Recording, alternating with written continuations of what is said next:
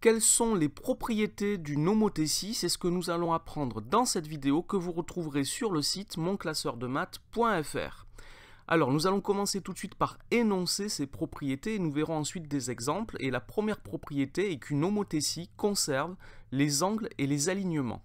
Alors, il y a plusieurs conséquences à cela, et la première conséquence est que l'image d'une droite est une droite, et j'ai montré dans une vidéo précédente qu'il s'agit d'une droite qui est parallèle à la droite de départ. On utilise la réciproque du théorème de Thalès pour montrer ça. Allez voir la vidéo dont je vous parle pour avoir les détails.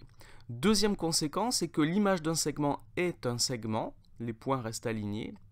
Et enfin, puisque les angles sont conservés, l'image d'un triangle sera un triangle semblable.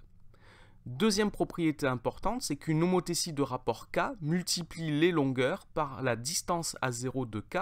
La distance à 0 de K, c'est-à-dire que c'est K quand K est positif et c'est moins K quand K est négatif. On multiplie les longueurs par un nombre positif. Alors si on multiplie les longueurs par un nombre, ça veut dire qu'on a soit un agrandissement, soit une réduction en fonction des valeurs de K. L'image d'une figure par une homothétie est un agrandissement ou une réduction de cette figure. Et cela a une autre conséquence, si on a multiplié les longueurs par K, cela signifie qu'on multiplie les aires par K au carré, puisque nous avons un agrandissement ou une réduction, donc cette propriété est celle des agrandissements et des réductions. Alors quelques exemples pour illustrer cela.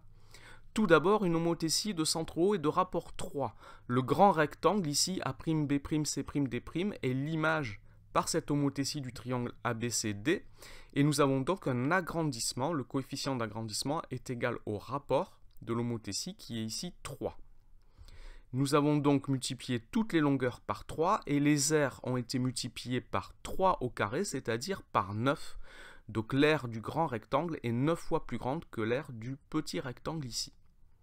Deuxième exemple, une homothétie de rapport 0,5, 1,5. Donc cette fois-ci, le petit triangle A'B'C', qui est l'image du grand triangle ABCD, donc le triangle A'B'C' est une réduction du grand triangle et le coefficient de réduction est 1,5, qui est le rapport de l'homothétie. Nous avons donc deux triangles qui sont semblables puisque leurs angles sont de même mesure, les longueurs ont été multipliées par 1,5 et l'aire a été multipliée par 1,5 au carré, c'est-à-dire 0,25. Troisième exemple, cette fois-ci nous avons une homothétie de rapport négatif, moins 2.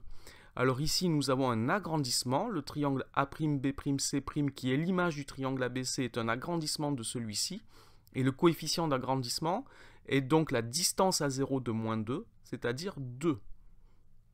Nous avons donc des triangles qui sont semblables, une nouvelle fois.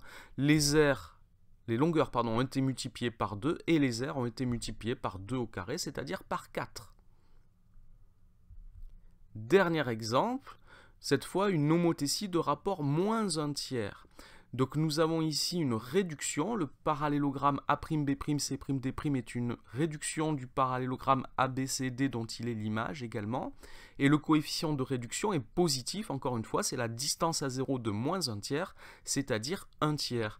Donc les longueurs ont été multipliées par 1 tiers, et les aires ont été multipliées par 1 tiers au carré, c'est-à-dire par 1 neuvième. Voilà donc pour ces propriétés et des exemples qui les illustrent. Cette vidéo est maintenant terminée. Merci de l'avoir regardée. N'oubliez pas de lui donner un j'aime, de vous abonner à la chaîne. Merci, au revoir.